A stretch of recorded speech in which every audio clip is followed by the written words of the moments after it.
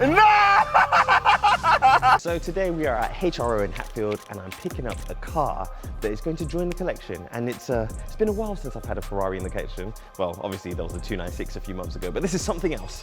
You're probably thinking, Tommy, what happened to your wife's 296? Well, that car was around for a very short period of time. We were going to keep it rapid black and make it her supercar, her daily driver supercar, in fact. But we decided the car wasn't for us. It wasn't for her. She didn't really fall in love with it as much as I thought she would, and then there were also some things that kind of got in the way, so we decided not to keep that, and instead we thought we'll keep the search going. So like I was saying, I'm at Ferrari Hatfield now. We're in their showroom. There's a little bit of music in the background, so just ignore that. But what we have behind me is a Ferrari F12 TDF. I haven't bought one, although I could get one, but I think I prefer the 918. As you guys know, I'm looking for a new hypercar, and it would be nice to have something like this, but there's something on the other side of the room that appeals to me way more than that, and it's that 812 Competizione Aperta. I think this is such a beautiful car. Just this flick on the spoiler, everything about it just looks super aggressive.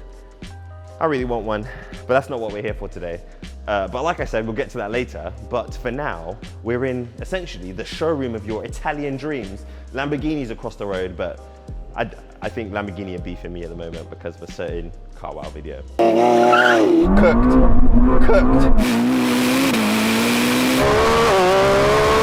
I see you in my rearview mirror. Quick walkthrough of some of the cars in here. We have this wonderful 296 GTS. 296, great car to drive, incredible car to drive. I really like the 296. Again, the one we had was good, but it wasn't exactly what we wanted. But this 296, I don't know what color this is, but this is the most beautiful paintwork that I've seen in a very long time. If you come close, you will see that it has like almost pink metal flakes in it. It's just so nice. I feel like if I get a Ferrari, I'll order it in that color next. We have the classic blue duck beak Ferrari 296 that all the journalists drove, but I guess if you want a 296 and you want that special one, this is the one to get. One thing that I noticed on the 296 as well though, if you get the Assetto Fiorano pack, see you get this aggressive section here, you don't get it on the standard 296 without the pack, which is a shame because that actually helps the car a lot. It looks way more aggressive. But if you want to see an aggressive 296, hey, the 296 challenge car. Imagine buying a 296 and converting it just to look like this and then just driving it around. Or imagine buying this and converting it to a road car. That would be sick. This would be sick. These are like 300 grand, you know, so it's not like stupidly priced. This is naughty though, wow. I would love to have something like this. This is just like an ultimate, like, I just don't care car. You could eat on this. Should I start challenge driving? Should I start racing? You know what?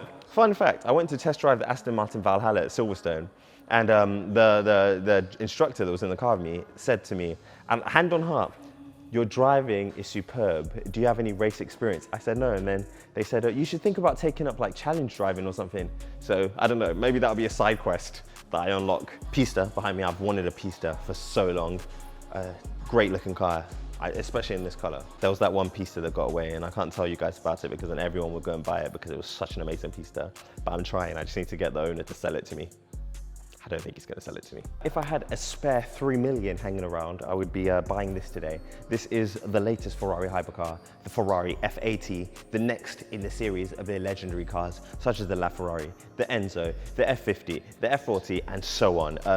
It looks a lot better in person, I must say. This is the second time I've seen it, the first time being, no, this is the third time I've seen it.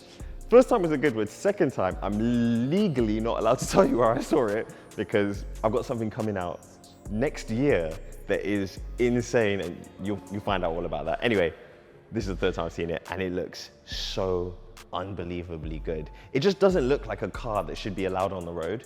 This is obviously a customer's car. Someone has bought themselves an F80, as you do. The car has a twin turbocharged V6, which is a refined version of what is in their Le Mans car, I believe, is what they used, inherited for it.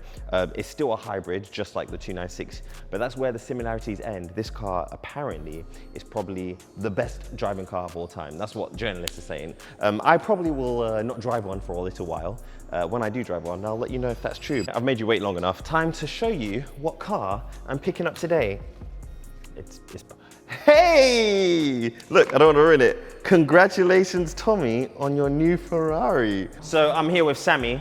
Sammy is my very trusted Ferrari salesperson. So anytime I have a Ferrari question or anytime I want to buy a Ferrari, I shout Sammy. And Sammy is the one that's facilitated the handing over of this car today. So do you want to do the honors? Absolutely. Let's do it. Nathan doesn't know what it is yet, so we're going to surprise Nathan with it. Do you do it from the back or from the front? I'm ready. So my Ferrari is an SF90.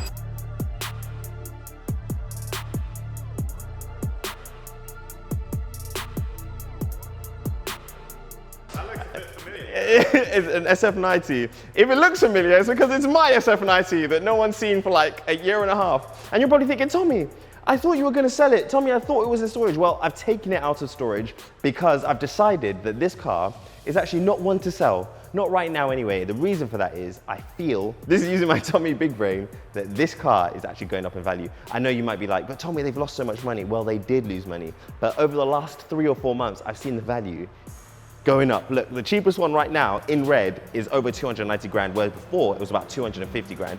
Sammy, would you agree that this is probably the right time for me to be driving this car? 100%. Yeah, look how many on the market, look how many we've got in the fucking sales. Yeah, they literally have mine and another one.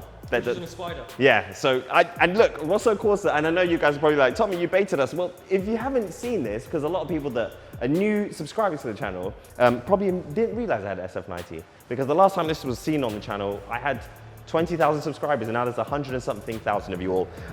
I'll give you a talk around the car and a walk around the car in a moment, but like I said, this car, for really 1,000 horsepower for 290 grand? 290 grand, you can't get anything better than that, really. The only car that competes with this is the Revuelto, and if you follow me on TikTok, you know that I was thinking about getting another Revuelto or just chilling with the SF90, and I realized that the Revuelto is still in a fragile position in terms of price, but also arguably this is the nicer looking car. It has the better interior, and it is faster, as we all know. But yeah, the SF90 is back thanks to Sammy. Sammy convinced me that this is what I should do.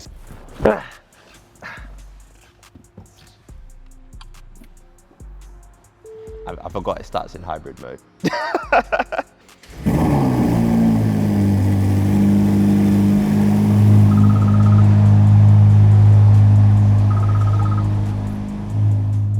So that's the car, we're gonna get in it and I'll drive home, and I think it needs an exhaust. Let me know what you think. I'm gonna give it a few revs actually. I think it needs an exhaust. Just make it a little bit more raspy. It sounds nice, but it needs to sound more. So we're back home now. I need to actually get my son from nursery, but it's beautiful to have the SF90 here. It looks really nice, especially next to this Rosso Corsa Porsche. That sounded really weird, but it's nice to have it back, man. Such a good car. Very, very underrated. I even forgot how good it was. And it's now the fastest or quickest car in the collection. But instead of me telling you about how fast it is, let me show you.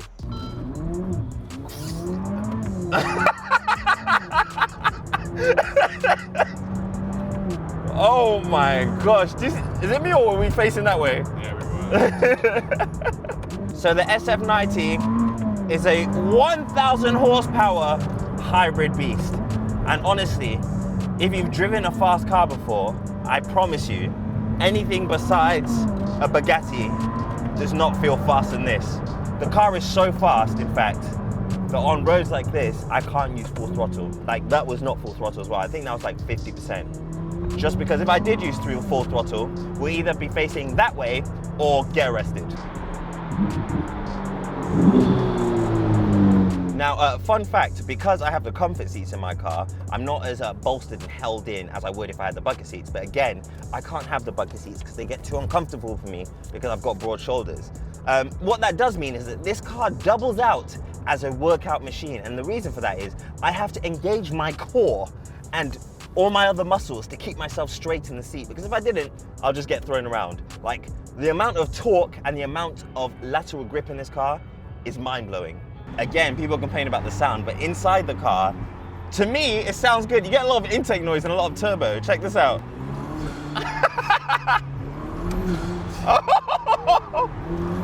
I love this car.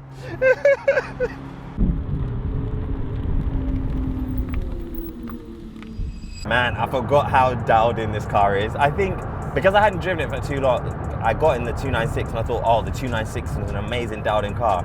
This, to me, feels really dialed in as well. Obviously, it helps that we're in warm weather as well, and the car's on Cut 2 tyres that are up to temperature now. But it's a lot more dialed in than I remember it being, especially compared to things like the Revolto. I think the Revolto is a really, really fun and cool car to drive. You get the naturally aspirated V12. But this feels a bit more pointy and a bit more throw-abouty. Also, the pickup is just insane. Look, like, you want to overtake a car, just, jeez. That is there a way to show my throttle input? Because I don't think you guys believe me when I say I'm using 10% of the throttle. So much torque available all the time. The only thing about this car is the sound, but that can be easily solved with an exhaust. Also, my favorite thing about this car, how comfortable it is. I have the comfort seats in this because I'm quite broad. I can't fit in the bucket seats comfortably. But this car with comfort seats, it feels almost like a GT car when you're cruising along like this. And then if you press this button here, it puts the suspension into bumpy road mode and it slackens it off, making it a lot more relaxed over bumps. So in case you didn't know, this is the same Ferrari SF90 that absolutely annihilated the Lamborghini Revuelto.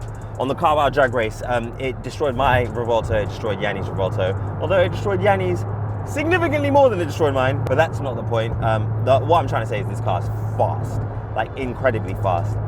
There's nothing that can really compare to it. I've driven a lot of cars, and the closest that this gets to will be when I drove the Bugatti Chiron. That instantaneous and that unrelenting torque that just throws you back in the seat no matter where you are in the rev range. For example, I could be in 7th gear in this car and add throttle and the torque will still throw me back. And that's because of the combination of the hybrid powertrain, the fact this is a turbocharged V8. This is a 90-degree V8 as well, so the V8 is very low down in the body of the car, just improving the balance of the car and the driving dynamics because the center of gravity is much lower than in a regular car. And I can't believe that some people would have bought a Ferrari 296 over this. I know it sounds like a weird thing, but Ferrari 296s at one point were the same price of an SF90, and people were still picking the 296, whereas I feel like this, you just get so much more car, and as you can see with the residual values, this car just held value way better than the 296 in terms of like it bottomed out and just kind of held, and the 296 has been falling, but I think with the 296 now we're going to start seeing them go back up in price because it's so cheap now and so much car for the money. But this car, 1,000 horsepower for under 300,000 pounds, 0 to 60 in the low twos for under 300,000 pounds. And then also you get 7 years of free servicing with this car, and that's something that I forgot, that this car essentially costs you nothing to own when you have this car, outside of things like fuel, insurance, and potential depreciation. Although now it's not depreciating anymore, it's appreciating. Servicing is not something you have to worry about, which makes owning the car a lot more chill. I just serviced the SVJ and it cost me £13,000 to service and warranty the car. I'm really upset about that. But hey, I'm in an SF90. Do you know what this car's like? This car's literally like a cheaper 918 Spider. It sounds mad, but electric motors, electric motor on the rear, electric motors in the front, and then it's got a V8, although the 918 is naturally aspirated. When I drive the 918, the sound of the engine revving out makes me feel like I'm going a lot faster. But with this car, I look down and obviously I look at everything flying past me and I can tell I'm going way faster. And obviously this has like 200 horsepower more than a 918 Spider. This is absolutely bonkers to drive. And me not driving it in a while has really made me appreciate how good this car is. The fact I could throw it around the roads like I was and still get on the throttle, I'm even surprised that I was able to get on the throttle so easily. But I guess when the tires are hot, then the car kind of won't try and kill you every 2 seconds. Oh my God! No, bro! No!